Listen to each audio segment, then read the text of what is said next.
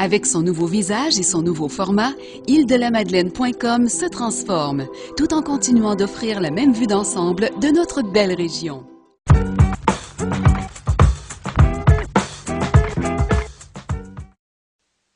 C'est en février 2009 qu'avait lieu aux îles de la Madeleine la première traverse hivernale, un service depuis longtemps cité par les Madelinots comme une nécessité.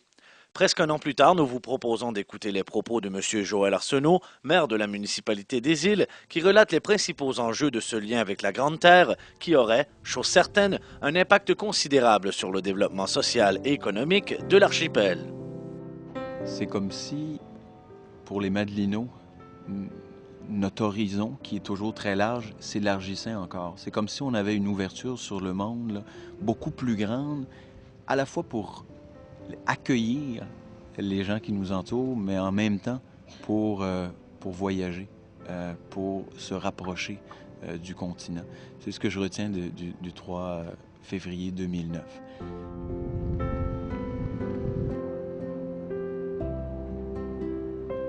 Deux de 5, 5 de 4. D'après moi, ça passe ici.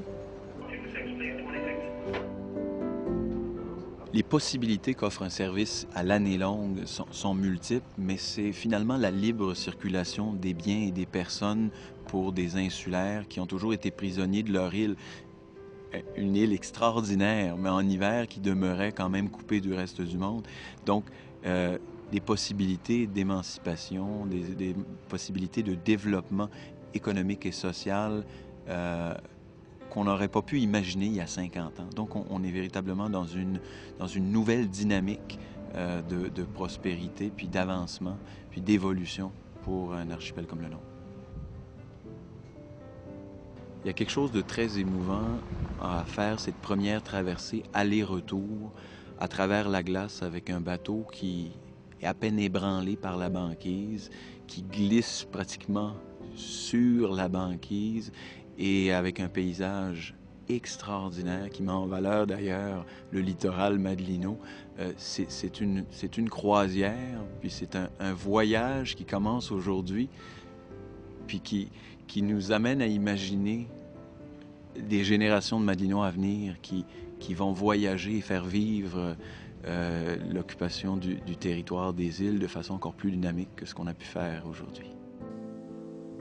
Au moment de ce reportage, aucune décision des instances en charge du dossier n'avait été rendue quant à la mise en place de ce service de transport hivernal.